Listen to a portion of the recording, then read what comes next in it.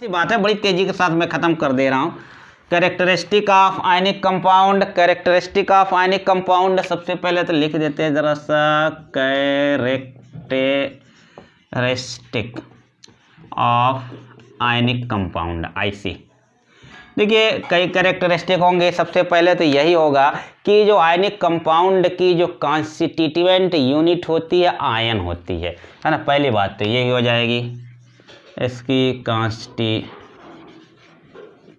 Unit ions होती है। माने इसमें मॉलिक्यूल या न्यूट्रल मॉलिक्यूल या एटम नहीं होते हैं, बल्कि कॉन्स्टिट्यूएंट यूनिट क्या होती है, आयन हो जाती है। ये सबसे पहली बात होती है। दूसरी बात होती है exist as crystalline solid, crystalline solid के फॉर्म में ये होते हैं, ठीक है। और इनका जो केमिकल फार्मूला होता है नंबर ऑफ आयन डिटरमाइन नहीं करता, बल्कि रेशियो ऑफ आयन। देखिए इसका केमिकल फार्मूला, ठीक है ना, किससे, ratio of ion, ratio of ions. मैं इसका पीडीएफ दे दे रहा हूँ, जल्दी जल्दी कर दे रहा हूँ। इसका रेशियो ऑफ आयन, ठीक है ना, से डिटरमाइन हो जाता है, नंबर ऑफ आयन से मतलब नहीं होता। तीसरी बात जो होता है कि आयनिक कंपाउंड जो होते हैं non rigid non directional, non rigid non directional. इसका मतलब ये हो जाएगा कि ये ज्योमेट्री को डिटरमाइन नहीं कर पाएंगे। हम लोगों ने कहा था ना आयनिक कंपाउंड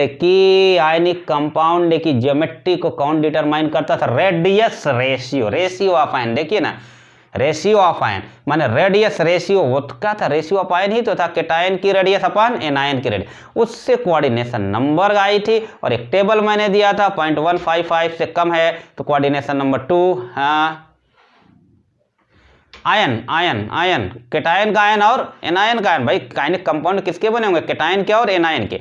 तो रेडियस ऑफ, है ना, रेशियो ऑफ आयन, यही तो कहा गया, रेशियो ऑफ आयन, केटायन और एनायन की रेशियो। वही तो बता रहा हूँ, ratio of ion, radius ratio जिसको कहा गया था केटायन की रेडियस अपन एनायन की रेडियस 0.155 से कम आ गया था तो कोऑर्डिनेशन नंबर 2, और उसकी तब ज्योमेट्री बता दिया था लीनियर। 0.155 से 0.255 आ गया था तो क्या आ गया था, कोऑर्डिनेशन नंबर 3 आ गया था, ट्राइगोनल प्लेनर आ गया था। इस तरह से बताया था। क्या है बदल, रेडियस टू का रेशियो, हाँ रेडियस का रेशियो, केटायन की रेडियस एनायन की रेडियस पीछे पढ़ा चुका हूँ मैं, है ना, पीरियडिक प्रॉपर्टीज में पूरी टेबल भी दिया था, ठीक है ना। तो उससे हो जाएगा, ठीक है। यानी कि यहाँ पे number of molecule, neutral molecule या नंबर ऑफ एटम जो होता है ये डिटरमाइन नहीं। दूसरी बात मैंने कहा कि ये क्या करते हैं कि ज्योमेट्री को डिटरमाइन नहीं करेंगे, क्योंकि नॉन डायरेक्शनल नॉन रिजिड हो जाते हैं। ज्योमेट्री डिटरमाइन होगी, रेडियस रेशियो से डिटरमाइन होगी, बता चुके हैं।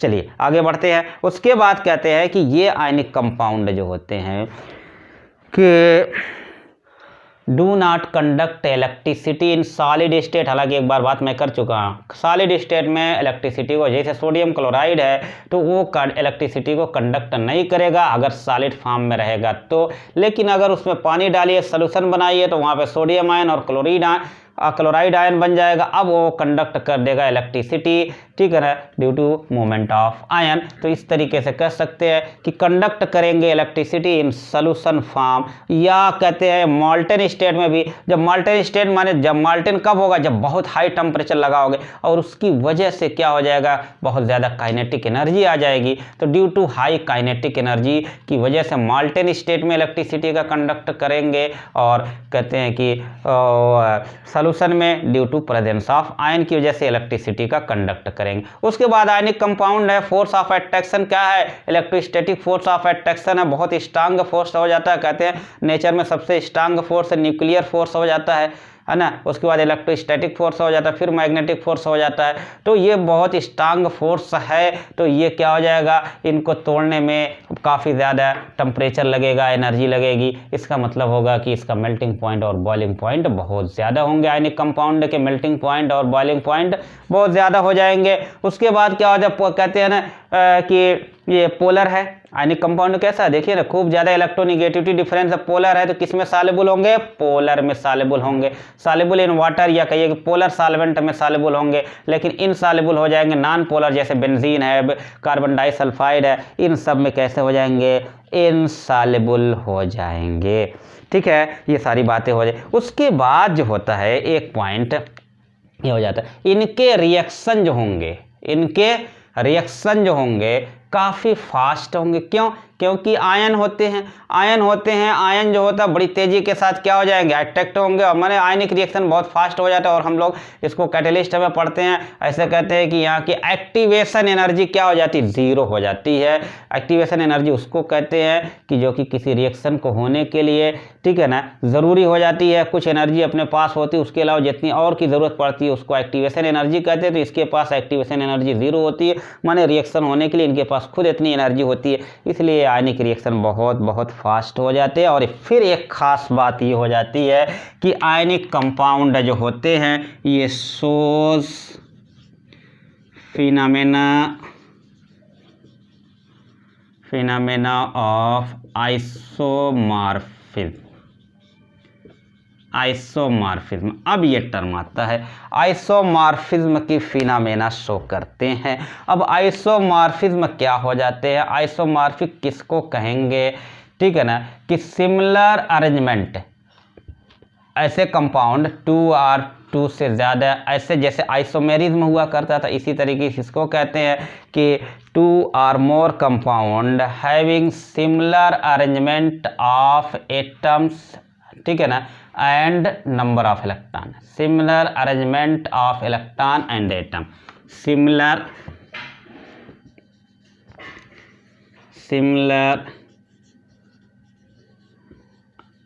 Arrangement of electron and atoms को आइसोमॉर्फिज्म कहते हैं। जैसे मान लीजिए कि NaF sodium fluoride, magnesium oxide, अगर देखा जाए 2 एटम इसमें भी 2 एटम इसमें भी है ना, तो यहाँ पे क्या है, 2 है 8 है, 1 इलेक्ट्रॉन इसका यहाँ पे चला गया, 7 था 8 हो गया। इसी तरीके से 12 था तो 10 बचा है, 2 इसको दे दिया, 8 हो गया। तो एटम और देखिए इलेक्ट्रॉन का अरेंजमेंट एक जैसा है। तो ये बड़ा छोटा सा कंपाउंड जो कि आइसोमॉर्फिज्म को हमने दिखाया। ऐसे अगर आप कहिए और एग्जांपल, फेरस सल्फेट 7H2O, ठीक है, फेरस सल्फेट 7H2O, जिंक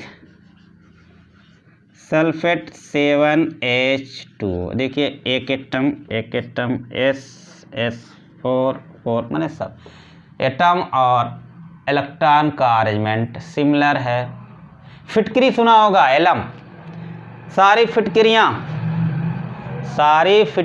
क्या होंगी, आपस में आइसोमॉर्फिज्म होंगी। देखिए ना, एलम्स, ऑल एलम्स क्या है, आपस में आइसोमॉर्फिज्म शो करती है। आइसोमॉर्फिज्म, फिटकरी, एलम्स, ऑल एलम्स, सारी फिटकरियाँ क्यों कहा गया भाई, फिटकरी एक तो फिटकरी कई तरह की आती है ना, और वो फिटकरी का एक जनरल फार्मूला जो होता है, अगर उसकी बात किया जाए तो कहते हैं फर्स्ट ग्रुप के सल्फेट, थर्ड ग्रुप के सल्फेट 24H2O, तो ये सब फिटकरी होंगी। जैसे देखिए नंबर 1 कह रहे ये भी फिटकरी है, पोटेशियम सल्फेट, ठीक है, ये पोटास एलम इसको कहेंगे। थर्ड ग्रुप का सल्फेट Al2SO4 का सल्फेट 24H2O, ये एलम्स है। अब ये फर्स्ट ग्रुप का दूसरा कोई सल्फेट ले लीजिए भाई, रबोडियम सल्फेट, ये भी फिट के, जरूरी नहीं पोटेशियम ही सल्फेट हो, है ना, रबोडियम सल्फेट है, बाकी सारी चीज़ें ऐसे ही कर दीजिए। Al2SO4 24H2O, देखिए ना, आपस में आइसोमॉर्फिज्म दिख रही हैं कि नहीं दिख रही हैं। और ज़रूरी नहीं है कि मोनो एटॉमिक ही हो, है ना। अब चलिए अमोनियम सल्फेट कर लीजिए, पॉली एटॉमिक है, मगर क्या है, एक वैलेंसी, है ना, अमोनियम पे भी 1 तो अमोनियम सल्फेट, ये अमोनियम सल्फेट, एल्युमिनियम सल्फेट, ठीक है, अमोनियम सल्फेट, और सीधे बाकी सारी चीज़ें ऐसे ही कर लीजिए। और ये जरूरी नहीं कि एल्युमिनियम ही हो, क्रोमियम हो सकता है, Cr2 है ना, Cr2SO4 थराइस हो सकता है, ऐसा हो सकता है। तो ये नहीं, तो एक जनरल फार्मूला होता है कि क्या, फर्स्ट मोनोवैलेंट का सल्फेट ट्राईवैलेंट का सल्फेट 24H2O वो फिटकरी कहलाता है। देखिए चौथा देखिए, CuSO4Al2SO4 24H2O, कहीं कुछ फर्क दिखा?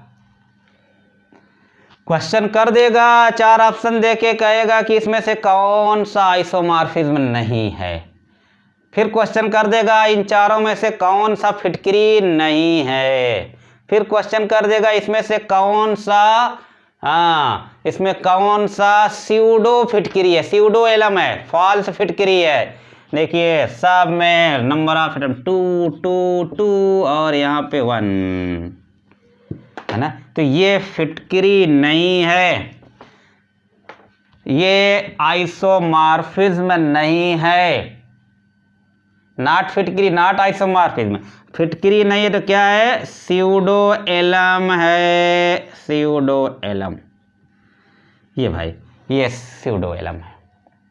क्लियर हो गया होगा। तो आइस सबसे खास बात यहाँ पे आई है ना, बाकी तो देखिए आयनिक कंपाउंड, अब देखिए हमने पहले ही बताया था, बार बार आएगा, मेल्टिंग पॉइंट, बॉइलिंग पॉइंट ज़्यादा, पोलर सॉल्वेंट में सॉल्वेंट, ये सब बड़ी मोटी मोटी बातें हैं, 9th क्लास से बच्चा जानता रहता, थोड़ी सी बात ये इंपॉर्टेंट थी यहाँ पे, इसलिए बड़ी तेज़ी के साथ जो है हम लोगों ने इसको कर लिया है। ठीक है सर, और अब जो है हम लोग ऑर्गेनिक पढ़ेंगे, और आगे जो है कल, एक सेकंड, कल